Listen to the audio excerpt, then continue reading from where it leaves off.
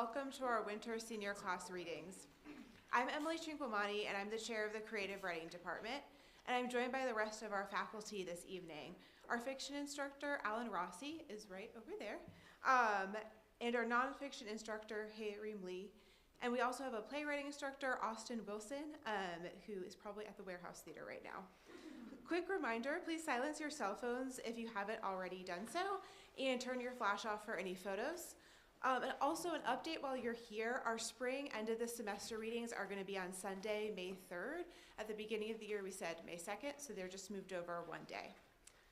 The first ever reading this group of students did at the Governor's School was about a year ago at their first junior readings. Since then, they've continued to work on their writing, and they've taken more coursework in fiction, creative nonfiction, poetry, and playwriting, including some special topics courses. To me, the hard work of these students and their growth is evident in their writing. This is a dedicated group of seniors. Not only do they read work closely for class, generate creative work that's interesting and has depth, and revise their writing meticulously, but they also often work on writing beyond the classroom, sometimes sending me drafts of poems that they've worked on over the summer or on their own time. This hard work has paid off. Many of these students have received recognition from national contests like Scholastics and Young Arts, and they have strong writing to show for the time and thought they've dedicated to their craft. What's more important and impressive to me than any award or recognition is how clear it is that these students care about writing good stories, poems, and essays, not because they want recognition, but because they care deeply about the art of writing, because they love the work itself, and because they know that growing as a writer is one way we can grow as human beings. I am so proud of them and excited to hear them read their work. Please join me in welcoming our first reader tonight, Trinev Robinson.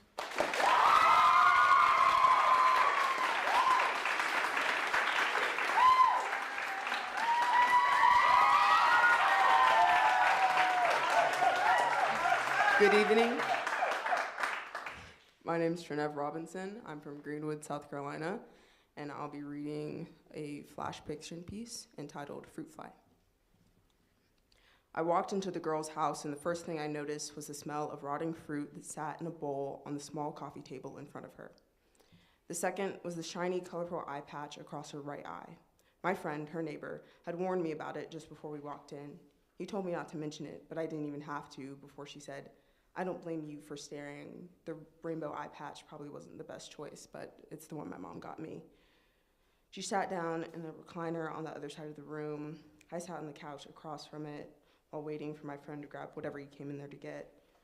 I tried to distract myself, twiddled my thumbs, played with the frayed fabric of the couch, went on my phone, but there was a fruit fly that started hovering over the bowl, and I couldn't help but let my eyes follow it until it landed on the eye patch. It sparkled in the light coming in from the window, and the glimmer of it stood out from her whole look, greasy brown hair that laid flat over the itchy-looking gray sweater she was wearing. She must have caught me in my poor attempt to avoid eye contact, because she eventually said, "I'll explain how you got it if it'll get you to stop looking so hard." The girl told me someone threw a party at her. She quickly doubled down, saying, "Yes, I said they threw it at me," and it hit me in my eye. I'm sorry that happened to you," I said. "Yeah, I mean, I was crying 808s and cheap vodka for weeks, even after the surgery to fix it," she said. She messed with her sleeves, pulling them down over her hands. She chewed on her thumbnail, covered in chipped purple nail polish. I sat there awkwardly, not sure what to do or say, until she started talking again. "And the thing is, I wasn't even allowed to go to the party, but I snuck out anyway. And then I saw all my best friends there, all up in each other's arms." "Oh, that sucks," I said. "Yeah, but then they started arguing with each other, bickering back and forth, but they couldn't leave because they were tangled up too tight, so they were just stuck there, quietly pissed." She said, "I started to wonder when my friend was coming back. They were almost like the couple in the corner of the party, except I could tell you they were far from pissed at each other, all right. They were attached at the hip, practically threatening to fuse even further into some melting marriage of teenage bride and groom flesh. Ugh, it makes me want to vom just thinking about it," she said, standing up out of her seat. I started to get up too to find my friend, but she continued, now pacing across the room. And then finally, I saw the guy I had been wanting all year to ask me out or even just, I don't know, look at me. And you know what he was doing? Making out with some random girl. And then another girl. And then the couple in the corner, and then all my friends, and then the dog, and they were just all tangled and fused and screwed. It was utterly disgusting. And I couldn't even look away because it was in my eye. She stopped pacing once she was inches away from my face. And you want to know what the worst part was? What? I asked, slightly scooching away from her. I didn't even want to look away. She walked over to the recliner and plopped down. She snatched a sludgy piece of cantaloupe from the bowl and quickly stuffed it into her mouth. A viscous silence filled the room until my friend came back with a pack of Type-C batteries. He thanked the girl and asked me if I was ready to go. I told him I was and apologized to the girl again for what happened. She told me not to be sorry for her, that it was her fault for sneaking out in the first place. She had a feeling she shouldn't have gone, but she just couldn't resist. Thank you.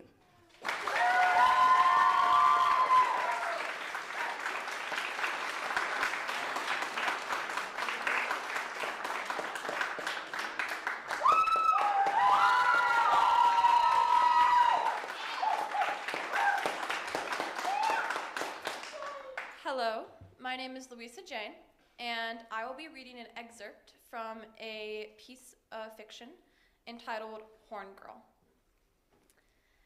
There is something awful growing inside of Kathy. She doesn't know what. There's a deep pain, a presence, poking at the bottom of her stomach like something is trying to break free. She tells herself it's just cramp, so she takes 2 ibuprofen and goes back to bed. The pain doesn't stop, though. If anything, it worsens. Kathy feels like there's something alive in her and tries to reason with herself because she's a virgin and she just had her period and she doesn't know much about how pregnancy works, but this definitely isn't it. Still, she doesn't know, and it's hard to sleep like that. She prays she's not the next Virgin Mary with tears in her eyes until she falls asleep. Kathy sleeps for an hour.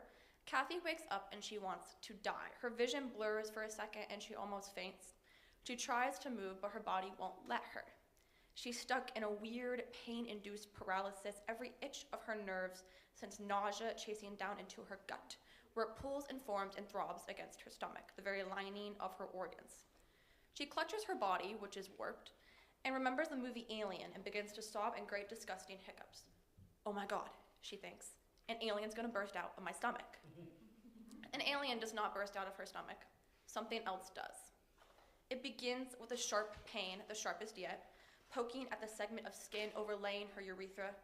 For a moment, she whites out, choking on a scream. She thinks something inside her must be breaking and fragmenting and now expelling itself outward. She grips her thigh so tight with her fingernails that she draws tiny pinpricks of blood. She feels bile rise in the back of her throat as the point plunges forward, yanking her fragile body with it. It's all very violent as the sharpness presses against her stomach from the inside, tearing at the lining, through the lining, where blood cells whirring past this god-awful thing, prodding through her and against her, breaking the soft layer of skin like how a chick breaks its membrane. A calf emerges in biofilm, a child slides out in a cloud of afterbirth.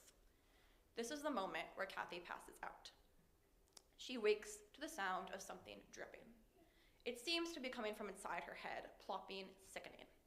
Her vision is tinted red at its edges, and she realizes she threw up on herself at some point. It smells beyond disgusting and triggers her gag reflex from scent alone. Her throat is dry, and every time she swallows, she can taste the grotesque residue, the sour smell interlaced with the perverted sweetness of sick. She spits out a glob of blood and spit and vomit and wipes her tear-stained cheeks. She knows there's something she's missing in the piecing together of her surroundings.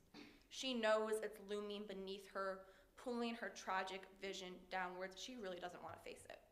She tries to stare straight ahead, but slowly, as though an invisible force is pressing against the back of her head, forcing her down and down and down, she looks. A unicorn horn is protruding from below her belly button and above her crotch. It's glistening in the moonlight coming in from her window, a brilliant, glittery blue lilac white. It's covered in blood and bits of her flesh, but its radiance makes it all look beautiful somehow. She hiccups, brings her palms to touch it, stroke the horn along its side. She feels nothing but gentle wind guiding her hand along the spiral ridges of the horn, watching how it refracts and reflects in the light. She traces her fingers along it, mesmerized, till she brushes against the sharp tip. She hisses, retracts. A bead of blood blossoms in the center of her pointer finger. She places it in her mouth and sucks it dry. Thank you.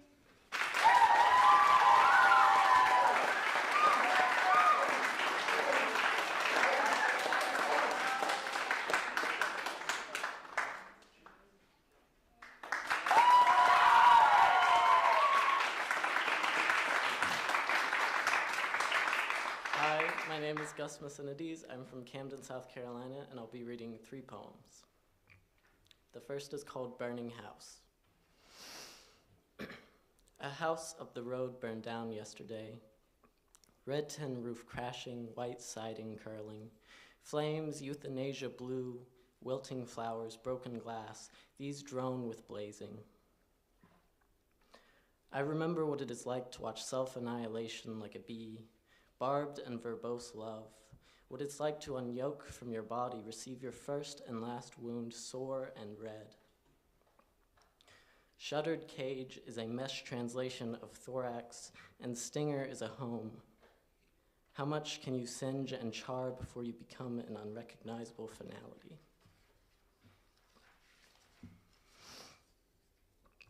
My second poem is called Brother. All you need is a jagged razor blade to crack open, sink into the field's skull. I watch the orange clay open up and swallow you whole, deliver you where blackberries spill into ditches, thorn blue and bitter, little dew-white flowers, hands that open. Every day you cut trees for hours on end, splitting and burning wide oaken rings, using the same rusty machete that cut your knee open when you were younger. A green boy, shirt weighted with ripe persimmons, mist swelled in the grass, and behind you a screen door swung open. I asked you if it was hard to learn the difference between wind in a meadow and a lion slinking at night, ready to tear anything open. I didn't get an answer. Instead, you tended to the dry soil, raking and turning, setting out a pine sapling in each open slash in the ground. You dream of your home, its rows of soybeans and corn, and you haven't dreamt of anything else in years. You whisper in your sleep, open. My third poem is called Ode for the Dead Armadillos of Highway 34. On the road, I lose count, belly up, paws clenched towards some strange god, burgeoned from cracked asphalt like dandelions. Falling, flailing, death must feel like flying when it comes as 2 tons of speeding steel and pulped rubber. They die early and often, beaded frills of skin and shell made whole, pounded into a fragmented desert of hemmed lines, alien constellation in utero, born to a different world. Thank you.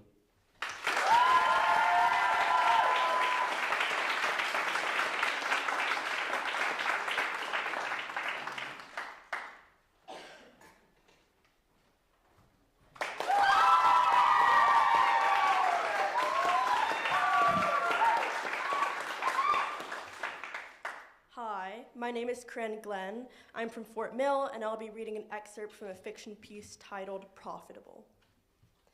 The first time I'd ever talked to Aria was at the Planet Pump gas station half a mile away from our college's campus. The Floridian town we were in had a constant smell of sulfur and dust.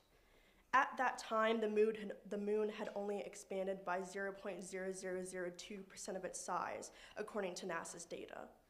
All the inflation did was create a constant westward breeze. I've never been good with balance, so I felt the axis of my body tilt permanently. At that point, the weather wasn't harsh enough for me to feel the erosion of my skin. In the corner of the store, the TV in the corner of the store showed graphs of stocks of the moon. I never knew what parts of the moon were being invested in, just that expansion was profitable. Freshman year of college meant that I had to adjust to the welcome introduction of no family, but I was also faced with the class ceiling called having no money. I needed to buy a pack of note cards for a morning class and some ibuprofen for the constant lean in my bones. I noticed Aria and her soft face and exuberant rings and the braids she had that reached the backs of her thighs. I had to peek over a box of heating pads to look at her above the top shelf. It was cold and windy, but there was always wind, so I hadn't thought to bring a jacket. She had one, though. As my card declined at the register, the cashier said with a blank face, "Swipe it again." The cashier tapped his fingers on the corner of the counter as he stared at my decline card. "Go ahead and try it again. Sorry, sometimes it does that." "Seems like it's not going through. Got another card?" "I don't have another one," I said to the cashier, who had tired eyes. I could feel my face flush red and an ache in my spine. Before I could take my things off the counter, Aria said, "Nah, it's okay, I got it," and threw her stuff onto the counter next to me. By her stuff, I mean 2 tubes of lip gloss and a bottle opener keychain that had a bear surfing and text that read, "Surf's up." Her hair scratched my face lightly as she wedged her body between myself and the card reader. We never dated. Sometimes we would lay on parking garage roofs, on her dorm room floor, on the yellowed grass behind the chemistry building. I thought that we'd come close to it. I thought there was no way that someone could be this close to a person they weren't romantic with. We had a routine of sorts. I would come back to her dorm after my shift at the vintage store near the border of campus. The shop was isolated as it was on the 2nd floor above a hardware store, and the owner was a woman who had retired from her day job a decade earlier. Oftentimes, I would come back bearing gifts of trinkets or jewelry I stole. I remember finding a lucky koi fish in the corner of one of the bookcases as I wiped down each shelf. It was pink and pearlescent and made of resin so flimsy I could bend its tail whichever way I wanted. In its belly sat a Chinese gold coin. When I brought it back to her after my shift, she took it in her hands carefully and put it up to her eye, squinting and inspecting it. "It's from your job?" she asked, examining the way the coin shone in the natural light. I nodded. "I thought you liked the color." She put it on the ground between the two of us, her eyebrows furrowed as she stared at the koi fish. Its body weighed down into the fuzz of her carpet as though it was bobbing on the surface. She asked, "Is a lucky charm lucky if you steal it?" When Aria asked me to come with her to her family vacation, it was about 4 months after we'd met each other. That morning, it was announced that half of Florida was expected to be underwater within the next 2 months. Government officials said there'd be no evacuation plans until the weather showed serious concern. I couldn't stop thinking about natural disasters. The tides were estimated to engulf my hometown and with it, my childhood home. I thought of everything being covered in clear blue water, light and opalescent. The hair on my childhood stuffed bears would swivel through the water lazily. My high school sketchbooks would turn watercolor and bleeding until its paper would tear and congeal into unnatural shapes. I wanted to imagine everything decaying, separating, becoming waterlogged, and some bleach from bobbing to the surface. Thank you.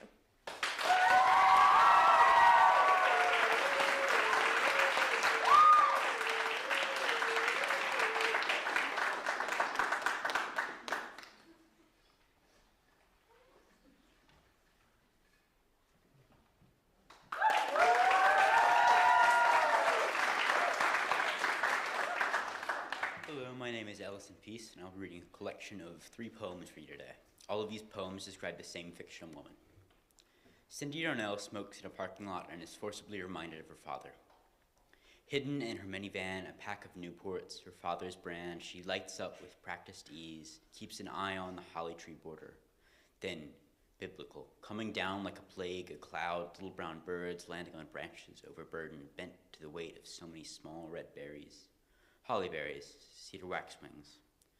Her father's favorite, hers now, kept in the glove box, a pair of binoculars bought for her on one of many business trips. She takes them now, feels him now, as the birds pass the red fruit down branches the fruit was fermented on. By warm spells and cold snaps, it is why they've migrated, and now she knows that, cannot help but see. She forgot. At home, table set, on the stove, a can-formed cranberry sauce she does not, will not simmer down for dinner. She finishes her cigarette, flings it out her cracked window, backs the minivan over it once, twice. The waxwings move on in a single pulsing unit, and she leaves before she can see the bare branches. Cindy Darnell protests the development of the barrier island on which she vacations. She keeps vigil from her balcony, a bird's eye view, a beach crusted with children's sandcastles. Dogs bark at seagulls, pile drivers wind up with the rhythmic tick of ratchet teeth on edge. It has been 3 weeks since she has heard the ocean, felt at peace, and when the pile driver falls, it rattles again her sheet glass calm estuary, sliding door, of beachfront condo, circa 68, a girl, 6 square miles of sand beneath her feet. Last point of contact at 55 square miles left of a windswept, rapidly eroding ridge of sand, rated highly by flocks of seagulls, tourists flocking and dredging again. Her floodgates have broken, and she admits it.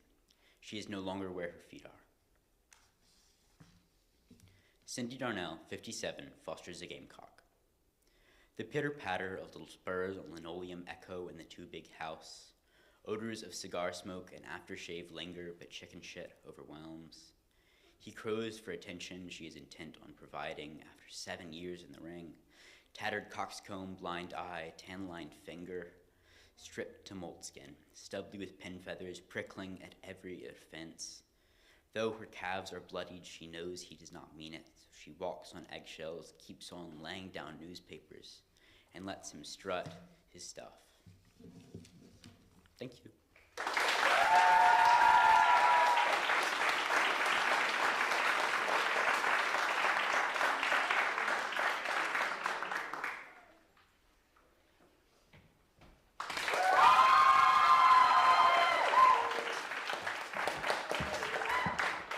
Hi, my name is Nina Rodriguez. I'm from Indian Land, South Carolina, and I'm going to be reading my short story called There's Something in the Woods.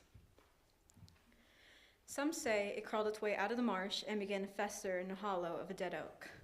Some say it climbed out of a deer carcass abandoned by hunters, a spirit slittering out of slimy crevices to hulk through the deep wood, leaving its body behind. Some say it's a creature of neither fauna nor flora, but of the earth and its sin, hellfire and brimstone. Some wonder if it might be a predator of a different kind, a man or a woman hiding in the shade of trees, swiping children away in the night. Some children have gone missing.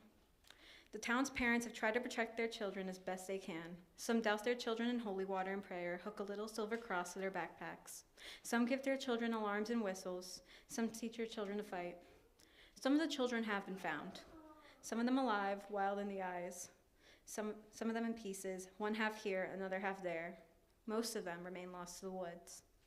Some of the men decided enough was enough and began rallying their friends together over pints of beer and buffalo wings. They went into the woods with their bolt-action rifles, swearing to return with their children in one hand and the beast's head in the other. The women in town gathered after the men left for their hunt, their children playing in the other room and their babies bouncing in their laps as they drank coffee and ate scones. The women discussed what they should do. Some wanted to wait until the men returned, sure their husbands would be victorious.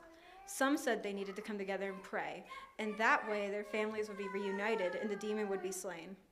One woman, stricken with fear, having already lost her child and fearing her husband would also be lost to the hunt, said they couldn't wait for divine guidance and they couldn't wait for the men to return. The women urged them all to act, but the rest stayed quiet and still.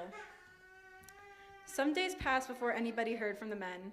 Eventually, some of the men, the lucky ones, came stumbling back into town, battered and bloody, missing fingers, toes, and teeth. The men who returned stayed for only a few days before they stumbled back into the woods, eyes blank and jaws slack. Deep footprints were the only sign they returned at all. Their tracks were washed away by the rain the next day. The children continued disappearing. The classrooms grew empty and desolate. The playground equipment rusted, and the arcades and toy shops were locked up and abandoned. The women were heartbroken. Some cried until they were dehydrated and sick. Others buried themselves in their terror, locking what was left of their families away in their homes. One woman, fed up with fear and tired of mourning, found her husband's shotgun, the one he'd abandoned along with everything else when he'd made his trek back into the forest. The woman's friends followed her to the edge of the woods, begging for her to stay in town and stay safe with them. The woman refused. The woman knew that neither her child nor her husband had been granted that luxury. So the woman's friends watched as she walked into the deep, dark woods. Some time passed. The woman did not return, but neither did the beast. Some parents put up memorials. Some parents kept putting up missing posters, praying that someday, somehow, some way, their family would be whole once more. The woman was crowned a hero and received a statue in her image. The statue's expression was more determined than the weary, terrified look the woman had worn when she'd left. The statue itself was carved from dark metal and gleamed like bronze in the light. Her family, along with the other victims of the beast, were given a memorial made of pristine white marble, littered with roses and personal tokens that were placed by friends and then replaced and replenished by graveyard staff. Some years have gone by, and the talk of the thing in the woods has stopped. The terror of the beast has become something of a legend, a Halloween dare. Now the town's children gather and push each other into bathrooms or toward the woods or into the dark. They dare each other to speak the names of the lost children into the mirror and see if they'll come through the glass and take them too. They carry Ouija boards and candles to the edge of the woods and see if the hero depicted in that old statue, will visit. They dare each other to see if they can make it into the woods and back out into town in order to prove themselves a man. They dare each other to walk through the woods at night and see if something's found. And if they do find something, alone in that dark, damp forest, see if someone comes to save them. Thank you.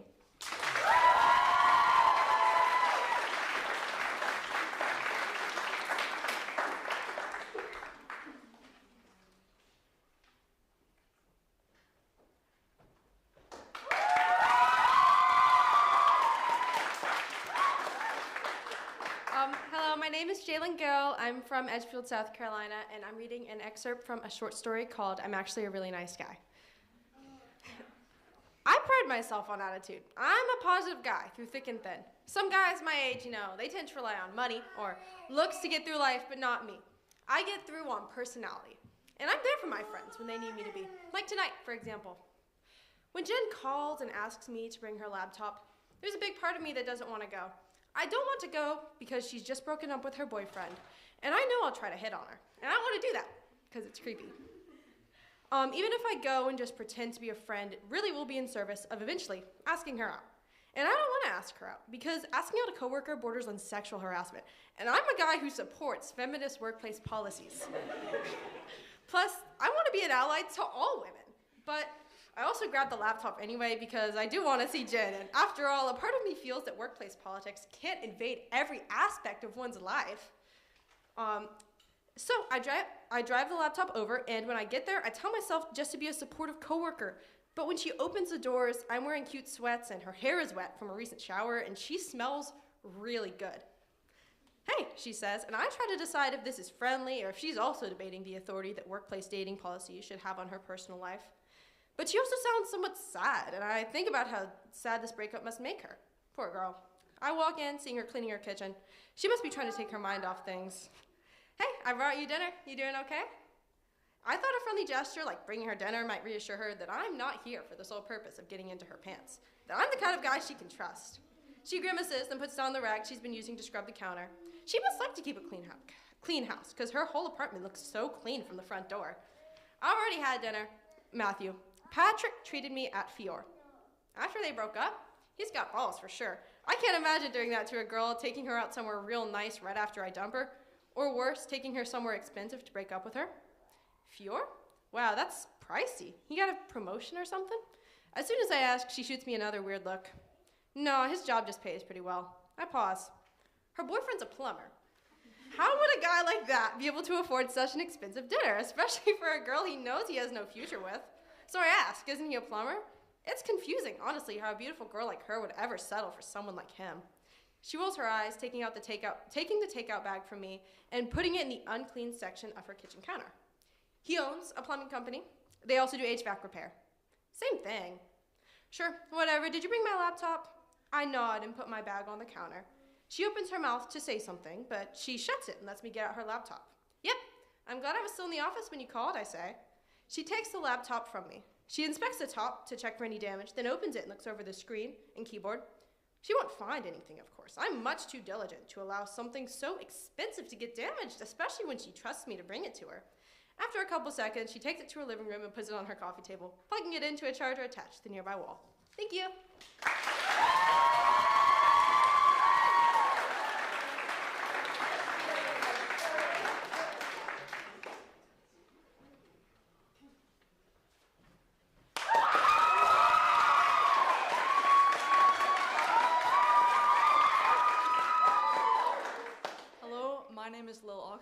I'm from Gilbert, South Carolina, and today I will be reading a poem called The Universal Expansion of Young Love's Dramatics. How it feels to me is that you're on one long shift at work, trailing sloppy wet rags over dishes and tables. How much do you make an hour? 17 bucks. Bi-weekly, that's 1,904 bucks. You've got a lot going for you in our 3 months and some days of not talking. I draw a watch on my wrist in permanent marker. The little hand lies, ticks, and time only feels like a long pause before we resume our typical being near one another. Late at night, laughing, talking about your parents' shouting match that afternoon, and the crude thrill you get when a coworker our age calls you sexy when I'm not around. That's out of my hands. Now I finally get to work. I've got papers piling up and poems to write, and in my piles of papers there's lists of what I would have liked to do with you, and now I don't want to do any of it. Does that hurt your feelings? There's a rule against wondering. A long pause becomes an eternity where you're strung in my memory, white and shiny as spider's thread, only discerned when light plucks you. One night you call me, trying to make something of us two. There's your voice, empty and alive for the last time. There's no silk, no senseless heart to grab onto. Thank you.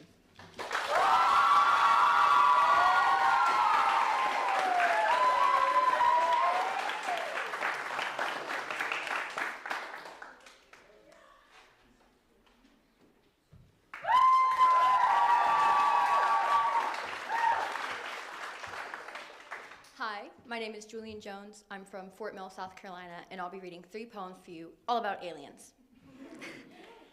Dear Alien, the first poem is called Dear Alien Space, Should I Bring My Winter Clothes? I was only wondering if, before you take me away from here, should I maybe bring a jacket just in case I get cold? I know we might go somewhere warm, closer to the sun, closer to burning, which is fine. I like the heat enough. But I just thought that maybe I might get cold. I get sick when things change, like when I quit my job or when my mom died, and I don't want to spend the rest of my life somewhere sneezing and sick. I was hoping maybe you could tell me the forecast, prepare me for my new life of movement and warmth and burning, so I can finally be ready when you finally come. My second poem is called Alien. When light beams down, lifts me, all I smell is gasoline. I am nothing, only warm core, glow from their mother ship radiating inside. The machine pulls me, its metal wires probing, as they size me up, fingers gooey, leaving trails on skin, marking incision. They tear me open, gash down my body hot, burning a fever until slick enters cold, icing me out of self. Their wires tie me up, keeping slick sliding within. I am nothing but host, slime inside of body, expanding, freeze, create home. My third poem is called Alien Part 2. Patient Zero did not fight, as we raised them from home, cut them open, and put icy slick. Within Patient Zero were many soft things, lungs and liver warm, sighing when removed from mother. Patient did not fight. The body welcomed, slick, sliding inside, creating room in walls, did not fight, slow pulse, cooling, hot organ burn. Patient did not fight, cold, until sludge grew, too fast, slick filling all space between vein and bone, freezing, expanding, and expanding.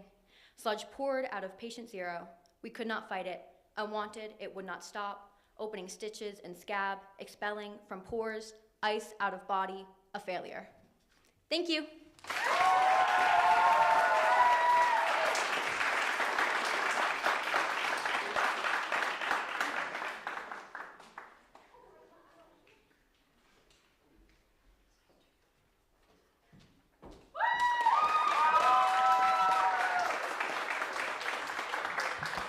Hello, my name is Amelia Squires. I'm from Columbia, and I will be reading the beginning of a fiction piece called All Too Human.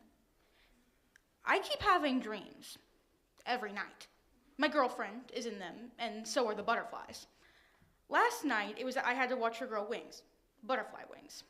They grew out one at a time, each of the 4 purple hair streak wings, which I knew because they're mostly black and kind of fuzzy, with little tinges of purple running like veins, only through the top 2.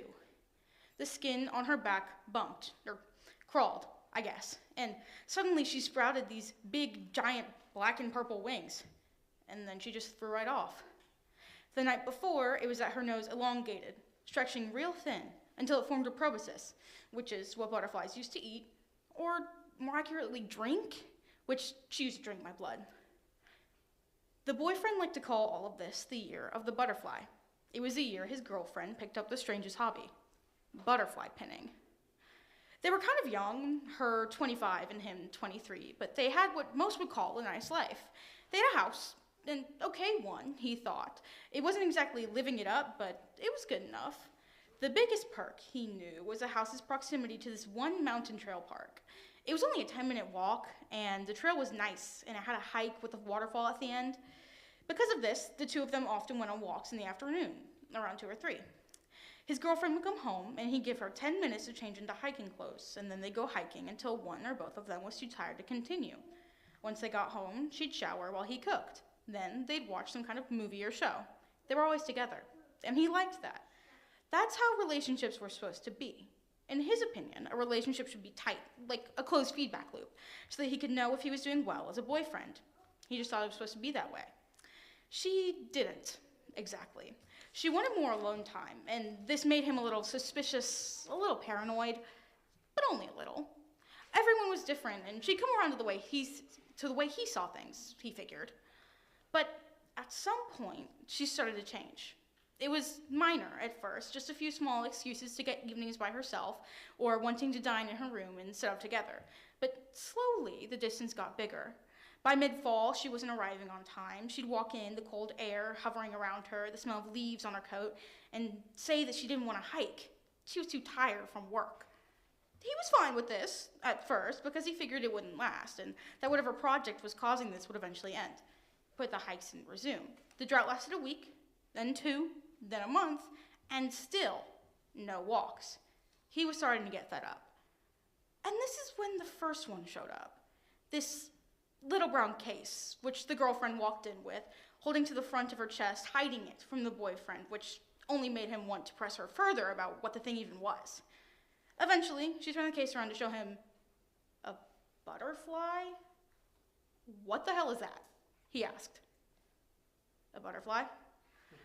I can see that, but why? I don't know. I see them on my walks, and they're pretty. So, it's just a new hobby. Her walks? Her walks. He was fuming. What did she mean, her walks? It was supposed to be their walks. And she'd abandoned him for what? Butterflies? He refused to believe it. He told her to get the ugly, garishly green-colored thing out of his sight, and she did. He watched her walk away all the way to her room, eyes narrowed. Surely something else was going on. But nothing else happened. For the following week, she kept up the same new routine, returning to the house late, carefully grasping the cases so the fragile instincts wouldn't break. During dinner, she'd barely even eat the food he made, absent-mindedly poking and prodding at the food with her fork. He started to get tired of her one-word responses. Why don't we start up our walks again? He'd ask her. You can still get your butterflies, even if you're with me. Daniel, I like doing this by myself. I need something that's mine. I see you all the time. You don't see me all the time. You're at work all day. Yes, but when I'm not at work, I see you. All the time. I need something else. But seriously, stay out of it. He watched her storm away to her room. He seriously couldn't understand of it. None of it. Why had she changed? Surely, it couldn't just be the butterflies. He made a resolution to watch her even closer from then on. In another dream, I am sitting on a branch, all by myself. Then suddenly, a whole flock of butterflies descends upon me. They don't have faces or any real human features, but somehow I recognize each and every one of them as friends of my girlfriend. I recognize her, especially, this big monarch leading them all. They flap their wings so hard at me, I fall off the branch and die. Looking up at them, each butterfly gathering around my girlfriend, leering down at me as if they'd vanquished some great evil. Thank you.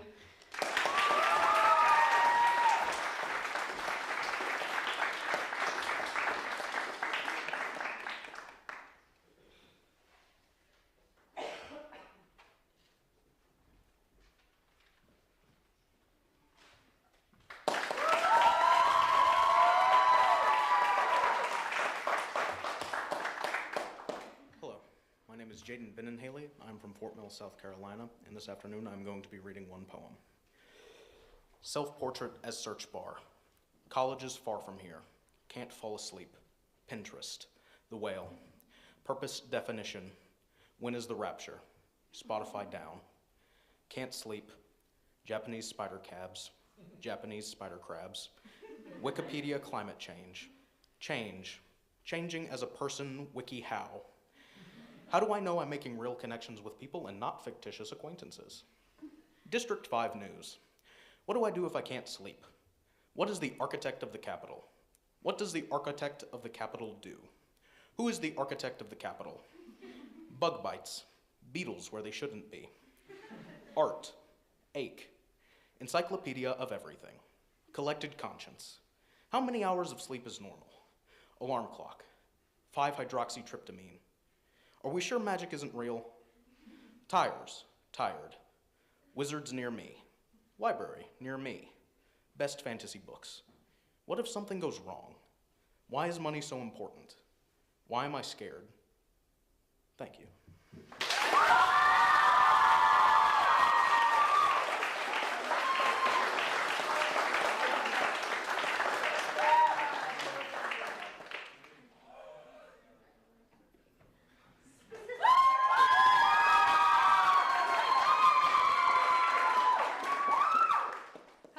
I'm Ellie Brooks. I'm from Anderson, South Carolina, and I will be reading an excerpt of a fiction piece titled Weightless. It's nighttime, and we swing side by side in the park at the end of the block. I wanted to go farther away, but she says swings are her favorite, and these are the only ones in town. Her fingers slide against mine as we rock back and forth. My arms dig into the chain. Aches a little with the strain to reach her, but I don't mind. The lamplight slices across the mulch in thin lines. I watch her scuffed up sneakers pass in and out of the shadows. She kicks off the ground, flies up, draws back, repeats. She drags me with her. I slow her down. I could let go, but she has me in a vise grip. Sweat gathers between our palms and sticks my shirt to the small of my back. I hate summer, but especially the end of it when school's back in session. It takes 15 minutes to walk home from the high school. By then, I'm drenched. Night barely makes a dent in that heat. Night is the only time I can talk to her. Word would get around if I so much as nodded to her in the hallways. I prefer this time. I have her all to myself. I dream a lot about drowning, I say to her. It's not untrue, but I say it only to hear her voice. Freaky, she says. Don't you know how to swim? I do. You're not scared of the water, are you? She asks, and she smiles like if we were at the lake, she'd push me in without a second thought. Her accent is especially pronounced tonight. It still sounds strange to my ears. The dropped R's, the long O's, the softened T's. She gets teased at school for it. I don't know why she doesn't try to hide what she is. Are you? She repeats, and I blink twice at her. No, I say. I can't remember fearing the water, let alone drowning. But you're scared of thunderstorms? She asks. Or you used to be, anyway. Are you still so jumpy? Yeah. You know there's like 0 chance of getting struck, right? But not 0. She skids her feet hard and rough against the mulch, and we swing jerk to a stop. She's a suggestion more than a person, the buttery yellow lamplight fading at her feet. I don't need to see her to know she's looking into my eyes. It's close enough, she says. Stop being contrary. I shrug. So is it storming in these nightmares? I correct her. They're not nightmares. A nightmare implies distress. Drowning is not a pleasant sensation, but it's not unpleasant either. I don't struggle in these dreams. My complacency should unnerve me, yet it doesn't. I feel weightless. Drowning is like falling asleep a second time. Right, she says. She sounds like she wants to argue, but she picks her battles and skips the fight. I wouldn't have minded. She came to town 4 years ago to spend the summer with her pop and left before the start of the school. She liked to argue then. So, she says, in these dreams, is it storming? No. I can't picture a sky. That's not what I focus on. The water's still, like the surface of a mirror, as far as I can see. Uh-huh, she mumbles. Her eyes flicker from side to side, running calculations. She meets my gaze again and says, then you should bring a rock next time. Skip it across. She gestures with a snap of her wrist. That summer, 4 years ago, we went to the lake almost every day. I told Mom I was at youth group. We scoured the shallows for perfect rocks. If I skipped a rock 5 times, she skipped it 6. I thought she was holding back. She said on the last day of summer, she'd skip a rock across the entire lake, just for me. She went back early. I dig the toe of my Air Force Ones into the mulch. I don't think dreaming works like that, I tell her. It could work like that, if you weren't a coward. Her voice is a tease. I smile sideways at her. She leans forward and tries to smooth my baby hairs with a thumb, her tongue poking out of the corner of her mouth. I'm not a coward, I say. You're scared of thunderstorms. Lots of people are. It's like the heavens are coming down on you. Thank you.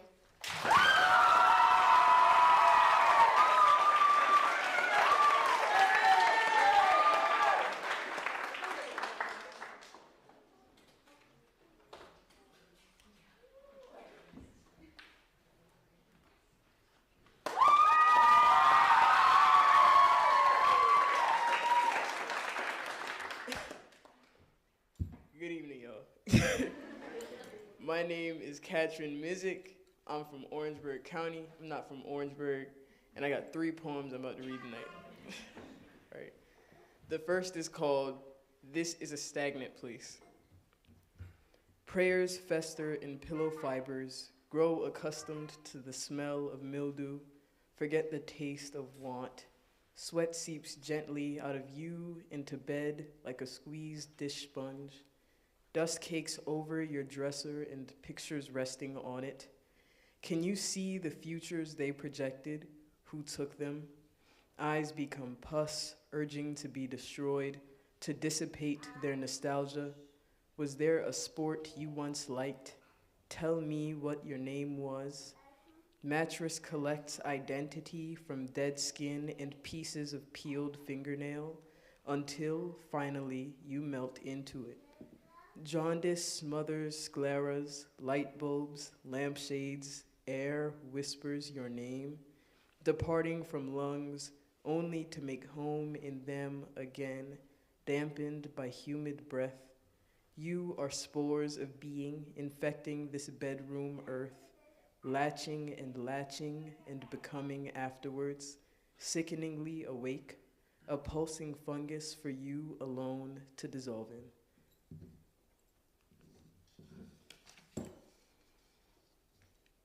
My second poem is called "Becoming Your Father." Steal his shoes and expect to grow, dismissing your runthood. Force yourself in and make space for orthodoxy. There's a language he speaks when he drives the city bus. Learn it and you'll find your way to him, or find a half-wife whose birthday you'll forget even after almost 10 years like he does. Learn it to drive manually the old-fashioned way. Learn it to give your half-wife money for dinner, though you'll never see it cooked. To be there half the time, to make your presence stain the walls, making this half-wife forget about the rest. Learn it to keep money in your children's pockets so they forget the cost of things like food or bills or the burden of being an unspeaking man, withholding traumas of loneliness and less than behind pride-tightened lips. Leave the kids to wonder why still they find you worth this debt.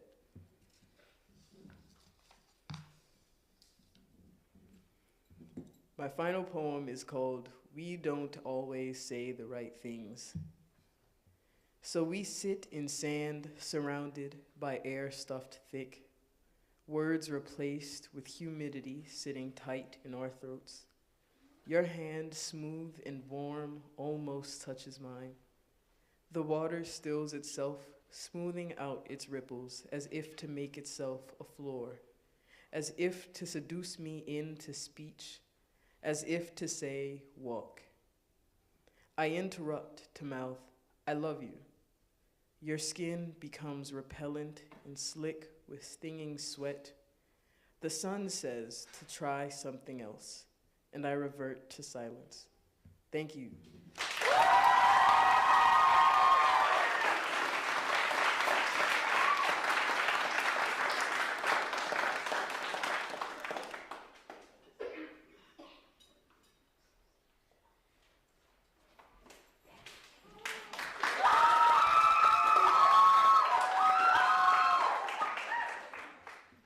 Hi, my name is Tristan Gibson. I am from West Columbia, and I'm going to be reading my nonfiction piece, Thought Cabinet. Thought 11. The FDA announced a shortage of amphetamine mixed salts in October of 2022, stating, The FDA is in frequent communication with all manufacturers of amphetamine mixed salts, and one of those companies, Teva, is experiencing ongoing intermittent manufacturing delays, which explain the consensus between pharmacies that they did not have enough supply. A 2022 National Community Pharmacists Association survey found that 64% of independent pharmacies were having challenges obtaining Adderall. And despite the official FDA statement releasing on October 14th, Formulary Watch, a peer-reviewed drug management journal, first reported on the issue in early September. Thought 17. It's terrifying to lose control of something I've had relative authority over my entire life. Thought 24. People seem to know when I'm unmedicated, and they often point it out. And I don't really know how to react to that because it's like they're saying I'm acting uncharacteristically, which means that the medicated version of myself is the one they think is normal. So I have reasonably concluded that their idea of who I am is not the same as who I've known myself to be. Thought 19. I know that some things can't be helped. Thought 20. Adderall can elevate heart rate and blood pressure by causing the heart to beat faster and with greater force. Adderall can cause irregular heartbeat. Adderall can damage blood vessels over time. Long-term use can weaken the heart muscle. Thought 16. I'll be lying in bed when suddenly there is the visceral sensation of my teeth being pulled into the back of my throat. I cannot breathe. And if I do not break this out of this trance quickly enough, resist the physical surrender of my body, exercise willpower, sit up in the brief window that follows the sudden pressure in my ears but precedes the immobility, I will either lose my teeth or I will die of what I assume will be cardiac arrest, because my heartbeat pounds in my ears like a war drum every single time I am subjected to this phenomenon, 5 times so far at the least. Thought 29. In 1798, Sir Alexander Crichton noted a condition characterized by inability of paying steady attention to one object. Thought 13. I've been on and off a myriad of ADHD medications ever since I was in kindergarten, where my condition first manifested as severe behavioral issues ranging from a refusal to do my schoolwork, hiding under desks, sleeping in class, throwing pencils, throwing rocks, eating paper, screaming, crying, kicking, ignoring instruction, running from administrators, completely shutting down, and slamming my head against the wall. Thought 30. In the 1930s, researchers first began studying the effects of stimulant medications on children with what would now be known as ADHD-like symptoms. And it was found that said medications could improve attention and reduce hyperactivity. Thought 22. ADHD is one of the most common neurodevelopmental disorders in children, affecting 1 out of 10 children aged 3 to 17. And under the Americans with Disabilities Act, ADA, the Individuals with Disabilities Education Act, IDEA, Social Security Disability Insurance, SSDI, and Supplemental Security Income, SSI, ADHD is considered a disability that significantly impairs one's major life activities. Thought 43. ADHD is not exclusive to children. ADHD is a neurobehavioral condition. There is no cure, and the majority do not outgrow it. Thought 1. Imagine that I am an oil well, that I have untapped potential.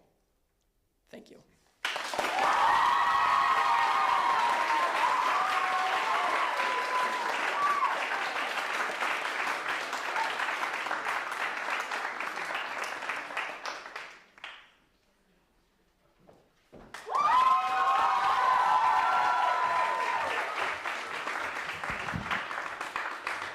Hello, my name is Sun Clark. I'm from right here in Greenville, and I'm going to be reading a pantoum, which is a kind of poem, titled "This Summer I Try Not to Think About It."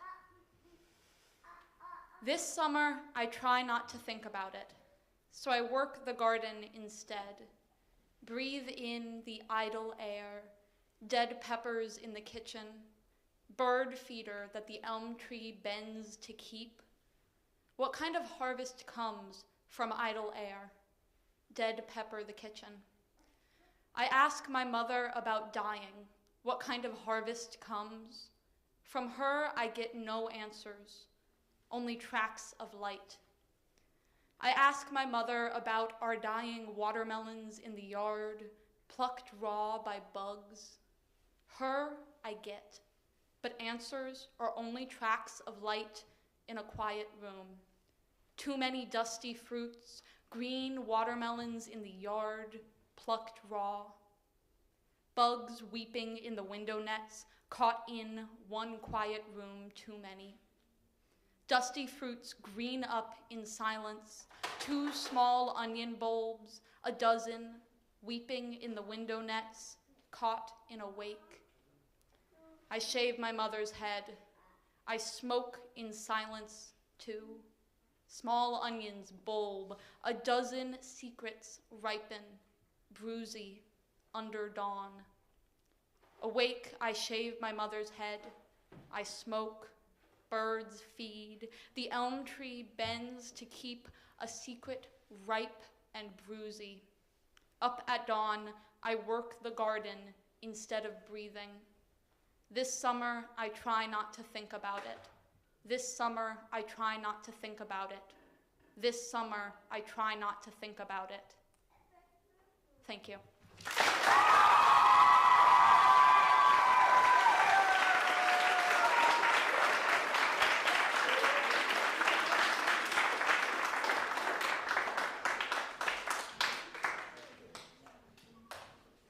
All right, let's give our readers another round of applause. That was great.